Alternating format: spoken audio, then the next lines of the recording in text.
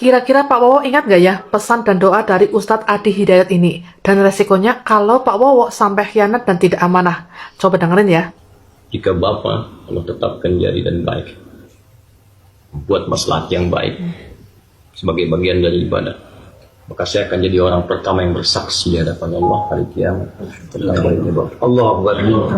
Saya gandeng tangan Bapak ke surga. Allah Akbar. Tapi kalau Bapak khianat di amanah kepemimpinan, maka saya menjadi orang pertama di hadapan Allah bersaksi tentang kecurangan Bapak. Saya mohon akan kita gandakan siksa Bapak di neraka. Bertakwa kepada Allah. Saya akan berdoa siang malam. Jangan sampai kualat ya Pak, kalau ternyata sekarang Bapak berkhianat pada rakyat dan tidak amanah. Karena Ustadz Adi Hidayat sendiri yang akan bersaksi di hari kiamat. Kok bisa ya seorang presiden yang latar belakangnya militer dan pernah menjadi Menteri Pertahanan dengan anggaran terbesar belanja alutsista bisa tertipu dengan agensi CIA palsu? Bayangin. Kalian ingat nggak momen ini? Kinerja penegakan hukum di Indonesia. Bapak beri skor 5 atas kinerja hukum di Indonesia. Pertanyaannya sekarang terkait dengan pertahanan, berapa skor yang Bapak berikan atas kinerja Kementerian Pertahanan yang dipimpin oleh Bapak Prabowo? Silakan Pak Ganjar. Mas Anies gak usah takut. Disebut aja angkanya berapa gitu loh. Kayak saya gitu loh. Jangan di bawah 5, sebut aja berapa.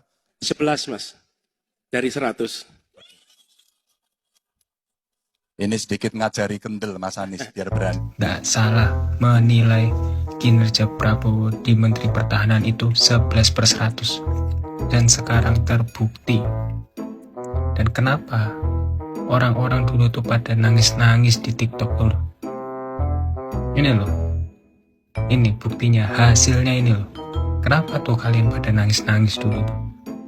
Prabowo dan sejumlah elit Indonesia dikabarkan tertipu oleh agensi CIA palsu asal India. Namanya Gandharv Srivastava. Dia adalah seorang pengusaha Amerika Serikat yang lahir di India. Tahun 2022, jejak digital menunjukkan Gandharv Srivastava pernah bertemu langsung dengan Prabowo dan juga adiknya Hashim Hadi Joyokusumo di Hambalang. Saat itu, kepada Prabowo dan juga sejumlah elit politik Indonesia, ia mengaku sebagai agensi CIA. Dia berhasil menyusup kepada keluarga Prabowo dan memiliki akses kepada sejumlah elit politik Indonesia. Sebenarnya, jauh sebelum itu, tepatnya tahun 2020, ia sudah menjalin relasi atau hubungan dengan Prabowo dan juga adiknya. Dan karena relasi dan kedekatannya ini, perusahaan milik Gandharv Srivastava dikabarkan mendapatkan sejumlah proyek yang bekerja sama dengan Kementerian Pertahanan. Selain itu, ia juga dikabarkan menjalin hubungan bisnis dengan adiknya Prabowo, Hashim Hadi Joyokusumo. Namun usut punya usut, kredibilitas si Gandharv Srivastava ini mulai dipertanyakan. Kedoknya dan kebohongannya mulai terbongkar satu persatu, seperti misalnya, dia ternyata bukanlah agensi CIA. Selain itu, dia juga ternyata memiliki rekam jejak kelam, di mana ia pernah terseret kasus pelanggaran kontrak hingga kecurangan, hingga mengabaikan panggilan dari pengadilan Amerika Serikat. Dan dia juga dikabarkan telah melakukan berbagai penipuan di sejumlah negara lain. Yang jadi pertanyaan adalah,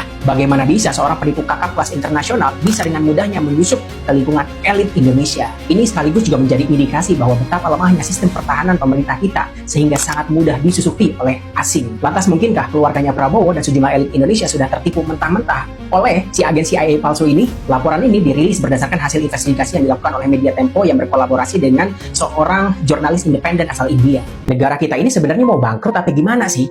Baru pertama kali gue melihat ada petugas pajak melakukan razia pajak, terjun langsung ke lapangan buat narikin pajak rakyat, ngejar-ngejar rakyat buat bayar pajak, sampai ke pasar, sampai ke pom bensin. Mari bangsawan, mari kita menjadi warga yang bijak dan bertanggung jawab dengan membayar pajak kendaraan tepat waktu, menggunakan BBM bersubsidi sesuai peruntukannya. Perlu Bapak Mama Ina Mawari semua ketahui, pertanggal 7 Juli 2026 akan dilaksanakan pengawasan dan pemeriksaan oleh tim satuan tugas. Jadi Bapak Mama dan Adik Ina Mawari semua saat mengisi Sampai orang lagi antri bensin nih, pajak kendaraannya dicek satu-satu sama petugas pajak.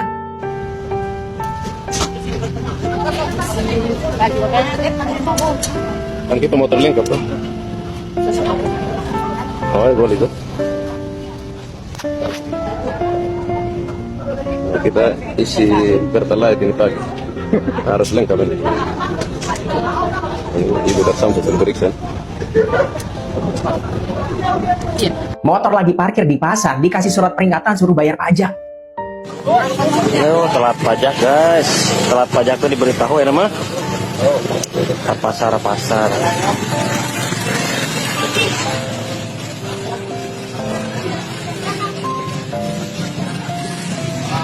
Kata gua, emangnya negara sebutuh uang itu ya sekarang? Karena ngejarnya tuh ngejar banget, ngerti nggak sih? Dan kalian harus tahu nih bahwa pendapatan terbesar negara Indonesia itu bukan dari sumber daya alam, bukan dari investasi, tapi dari pajak cuy.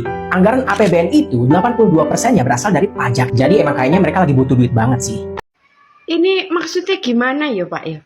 Pak Kapolri targetkan 1.500 dapur MBG, tidak usah melibatkan orang luar, semuanya akan diurus oleh prajurit Kapolri loh. Berarti mereka bekerja di 2 bidang, terus gajiannya 2 kali. Terus para relawan-relawan itu mau kerjanya apa Pak? Berarti ini ceritanya dia menciptakan lapangan kerja sebanyak-banyaknya, tapi untuk kalangannya mereka sendiri. Jadi kesimpulannya, yang kaya semakin kaya, yang miskin semakin miskin. Wis jelas iku. Tidak bisa diganggu gugat. Kok keting aku? Iki tak rasa-rasake tambah suwe tambah lucu banget. Wis jelas-jelas polisi karo TNI ku wis diposisikan di situ saja untuk menjaga keamanan masyarakat. Gak usah dikongkon ngurusi dapur NBG. Lah ujung-ujungnya toh wingi sing polisi korupsi ompreng. Lah kok saiki TNI iki lho melu-melu korupsi penggadaan motor listrik barengan si Dadan iku lho. Wis dikandani harus sesuai dengan porsinya masing-masing ngono lho. Ora usah dek dikongkon nyekel duit. Duit iku nggarai gelap mata, Pak. Kok iya ngeyel toh Pak sampean iku tuturanmu. Ujung-ujunge wis kaya ngene iki. Digawe bancaan karo kancane duwite negara. Gak suka aku. Ini loh guys, kok ya bisa-bisanya kepala daerah itu kan sering kena operasi OTT KPK. Lah kok bisa-bisanya Mendagri kita ini loh Bapak Tito ini loh kok mengusulkan menambahkan bonus agar mereka tidak korupsi. Loh ya ini loh makanya orang-orang itu pada korupsi. Soalnya apa? Semakin dia korupsi, bonusnya akan semakin ditambah. Kok iya geding, ini namanya menormalisasikan korupsi. Jadinya apa? Semakin dikasih fasilitas besar-besaran, jadinya korupsi ya semakin besar-besaran. Kok iya geding aku. Korupsi bukannya diberantas kok malah disubsidi. Aduh. Oh ternyata ini loh guys yang digembor-gemborkan pas kampanye kalau mau menciptakan berjuta-juta lapangan pekerjaan. Lapangan pekerjaannya itu khusus dibuatkan untuk para relawan dan tim suksesnya. Berbagai macam perusahaan dijadikan komisaris loh, gak main-main, langsung jadi komisaris. Jadi ya selamat buat para relawan ya, jasa-jasamu terbalaskan. Gak suka aku.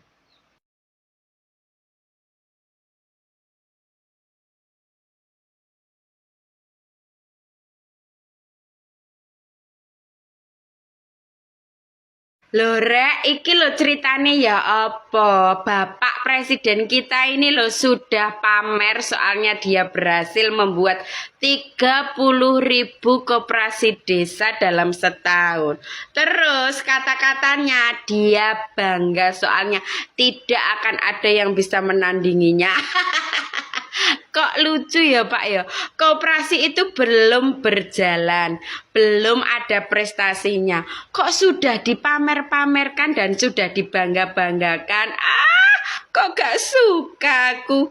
Itu baru bangunan loh Pak, setengah jadi, belum ada isinya.